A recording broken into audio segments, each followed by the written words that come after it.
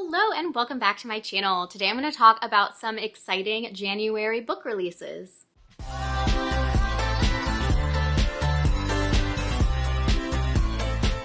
So once again, welcome back. I am so glad you decided to click on this video.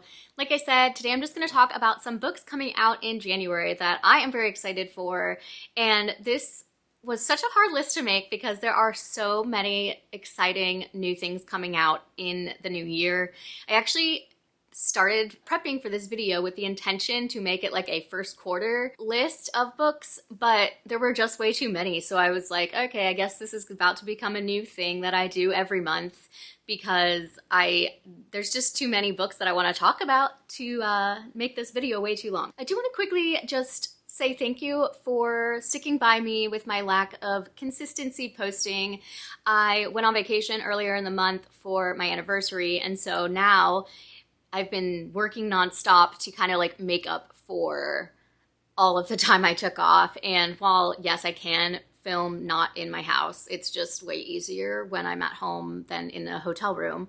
So that is the reason for my like kind of weird schedule. I don't know if anyone's noticed, but that's the reason. So let's just get into the video. So the first book I am so excited for is Last Call at the Local by Sarah Grunder Ruiz. This comes out on January 2nd, and this will be such a great book to start the new year with. This is I don't want to say a sequel, but a companion novel to her previous two books, which were Love, Lists, and Fancy Ships and Luck and Last Resorts. So I absolutely loved everything about the first one. The second one I thought was really good, but it was not exactly what I was expecting based on the first one. So this one I am certainly excited to give a chance to. So let me go ahead and read the synopsis. Rain Hart is used to the challenges of living with ADHD. It's why she ditched her life in Boston to busk around Europe as a traveling musician. No boss, no schedule, no one to disappoint but herself. But when a careless mistake in Ireland leaves her unable to perform, she sees no other option but to give up her nomadic life. Since inheriting the local, Jack Dunn has wanted to make the pub his own, but the baggage of running a family business and the intrusive thoughts that stem from his OCD make changing things a challenge. Over a pint with handsome tattooed Jack, Rain accidentally insults him and the pub. Instead of taking offense, Jack, impressed by what her vision of the pub could be, offers her a job bringing it to life. But when Rain and Jack develop feelings for one another, their opposite lifestyles won't accommodate. It becomes clear the pub isn't the only thing that needs reinventing. As the end of their business collaboration draws near, they'll have to find a way past the limits they've placed on themselves or let go of a love that could last a lifetime. This sounds so good. I am so excited for this. So if you've read the other two books, you'll know that Jack, I think, is Ollie's brother. He is another character from a previous book. He's actually in both of them, but he is kind of like the leading man in Luck and Last Resorts. So that should be awesome, and I am really looking forward to reading this continuation of that series. Another one that comes out on January 2nd is Mercury by Amy Jo Burns. This I'm like excited for, but I'm also not 100% sold on whether I will personally love it. I do have an advanced copy, so I'm looking forward to reading that hopefully soon. We'll see. You know how it goes. But it's definitely one that I'm wanting to give a shot to because it sounds like a kind of book that I am interested in. So this one says, it's 1990 and 17-year-old Marley West is blazing into the River Valley town of Mercury, Pennsylvania. A perpetual loner, she seeks a place at someone's table and a family of her own. The first thing she sees when she arrives in town is three men standing on a rooftop. Their silhouettes blot out the sun. The Joseph brothers become Marley's whole world before she can blink. Soon, she is the young wife to one, the one who got away to another, and adopted mother to them all. As their own mother fades away and their roofing business crumbles under the weight of their unwieldy father's inflated ego, Marley steps in to shepherd these unruly men. Years later, an eerie discovery in the church attic causes old wounds to resurface, and suddenly the family's survival hangs in the balance. With Marley as their light, the Joseph brothers must decide whether they can save the family they've always known or whether together they can build something stronger in its place. So it sounds like a family drama with kind of some weird family dynamics maybe, but I love family dramas, so I'm hoping that this one is a winner for me. On January 9th, we will get The Heiress by Rachel Hawkins. This is the author of The Villa, The Wife Upstairs, and Reckless Girls. The only other book by her that I have read is The Villa, but I did really enjoy it, so I feel like this one will be good too. I'm looking forward to giving it a shot. This is a really long synopsis, so bear with me. When Ruby McTavish Callahan Woodward Miller Kenmore dies, she's not only North Carolina's richest woman, she's also its most notorious. The victim of a famous kidnapping as a child and a widow 4 times over, Ruby ruled the tiny town of Tavistock from Ashby House, her family's estate high in the Blue Ridge Mountains. In the aftermath of her death, that estate, along with a 9-figure fortune and the complicated legacy of being a McTavish, passed to her adopted son, Camden. But to everyone's surprise, Cam wants little to do with the house or the money, and even less to do with the surviving McTavishes. Instead, he rejects his inheritance, settling into a normal life as an English teacher in Colorado and marrying Jules, a woman just as eager to escape her own messy past. 10 years later, Camden is a McTavish in name only, but a summons in the wake of his uncle's death brings him and Jules back into the family fold at Ashby House. Its views are just as stunning as ever, its rooms just as elegant, but coming home reminds Cam why he was so quick to leave in the first place.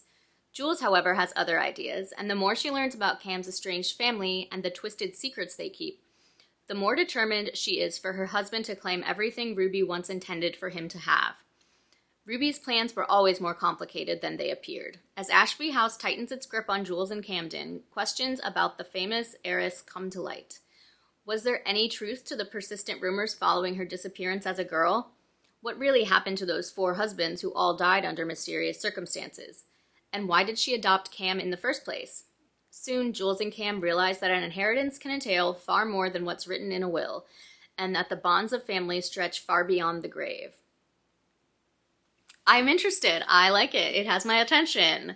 This is like, I don't know. I feel like this is obviously going to be a pretty popular read just because of the author being popular already, but it sounds twisty and I don't know.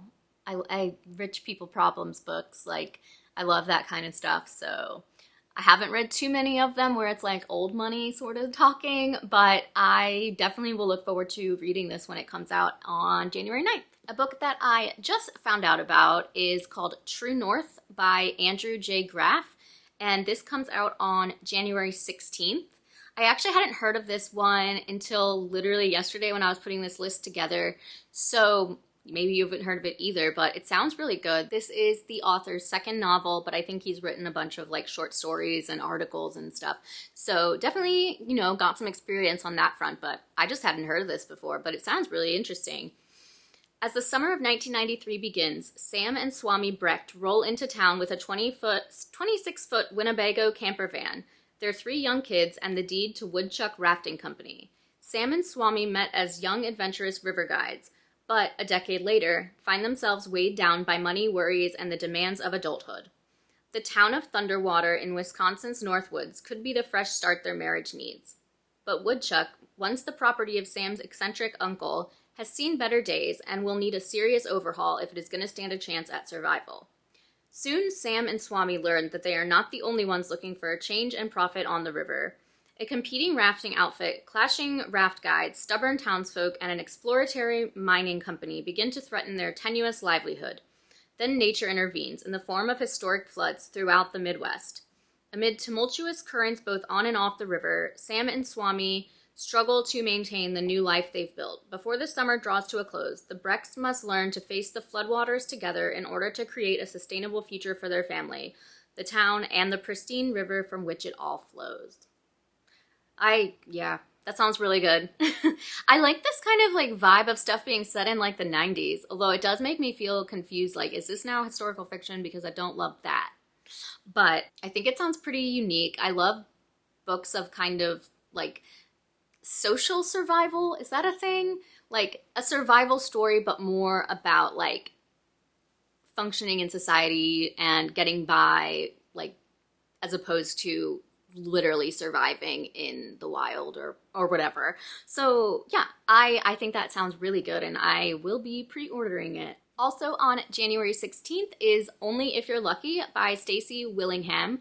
This author wrote A Flicker in the Dark, which came out a few years ago, I believe, and All the Dangerous Things, which came out last year. I have only read All the Dangerous Things, but I really did enjoy it.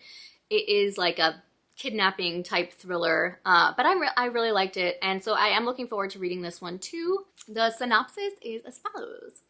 Lucy Sharp is larger than life, magnetic, addictive, bold, and dangerous, especially for Margot, who meets Lucy at the end of their freshman year at a liberal arts college in South Carolina. Margot is the shy one, the careful one, always the sidekick and never the center of attention. But when Lucy singles her out at the end of the year, a year Margot spent studying and playing it safe, and asks her to room together, something in Margot can't say no. Something daring or starved or maybe even envious. And so Margot finds herself living in an off-campus house with 3 other girls. Lucy, the ringleader, Sloane, the sarcastic one, and Nicole, the nice one, the 3 of them opposites but also deeply intertwined. It's a year that finds Margot finally coming out of her shell she's been in since the end of high school, when her best friend Eliza died 3 weeks after graduation. Margot and Lucy have become the closest of friends, but by the middle of their sophomore year, one of the fraternity boys from the house next door has been brutally murdered, and Lucy Sharp is missing without a trace. So, like, I don't know exactly the vibes this gives me. It sort of gives me, like, Mean Girls meets Bunny, if anyone's read that book, because just in, like, the super close, almost, like, culty vibes of the bond these girls have together, and frat boy next door dying. So, I don't know. That sounds interesting to me. I feel like I've read similar books, kind of about, like, meeting in college and like, oh, one of the girls is so shy, and then this super, loud and outgoing one takes her under her wing. So we'll see if this one stands out to me. I'm definitely going to read it. I do actually have a copy of this one on my Kindle already, but that one does come out on January 16th. 1 week after that, on January 23rd, we'll get One in a Millennial by Kate Kennedy. This is the only nonfiction on this list, so I gotta throw one of them in here. But this sounds like the perfect book for me. I've had this on my Kindle for a while, and I feel like it's one of those books that I'm saving for what I don't know, but I've been like putting off reading it because it just looks so good to me. And I'm like, I want to savor it, but probably time to go ahead and get reading with that. One in a Millennial is an exploration of pop culture nostalgia, the millennial zeitgeist, and the life lessons learned, for better and for worse, from coming of age as a member of a much maligned generation. Kate is a pop culture commentator and host of the popular millennial-focused podcast, Be There in 5. Part funny, part serious, Kate navigates the complicated nature of celebrating and criticizing the culture that has shaped her as a woman, while arguing the great depths that come from surface-level interests. With her trademark style and vulnerability, One in a Millennial is a sharp, hilarious, and heartwarming all at once. She tackles AOL Instant Messenger, purity culture, American Girl dolls, going out tops, Spice Girl feminism, her feelings about millennial motherhood, and more. Kate's laugh-out-loud asides and keen observations will have you nodding your head and maybe even tearing up. That sounds great to me. I am a firm millennial. I was born in 1988, which I feel like is basically the dead center of millennialdom. So I think this is going to really speak to me and have some really interesting commentary on millennial culture. I've never listened to this podcast, and literally until right now, reading this synopsis, I didn't realize that she hosts this podcast, Be There in 5, which I've never listened to, but my friend Kelly is always like sending me episodes I should listen to, and I don't. So maybe this is my sign that it's time. Sorry, Kelly. But yeah, I really kind of want to read that now. Like, I might bump that up to my list soon. Next on January 30th is Good Material by Dolly Alderton. She's the author of Ghosts and Everything I Know About Love, I believe which won a National Book Award. I haven't read either of those, but I've heard nothing but good things, and so I am really looking forward to reading this one. It has like a very simple kind of description, but like it seems like one of those books that you don't really need to know much. It's kind of like a slice of life-ish story. It says, Andy loves Jen. Jen loved Andy, and he can't work out why she stopped. Now he is, without a home, waiting for his stand-up career to take off, wondering why everyone else around him seems to have grown up while he wasn't looking. Set adrift on the sea of heartbreak, Andy clings to the idea of solving the puzzle of his ruined relationship.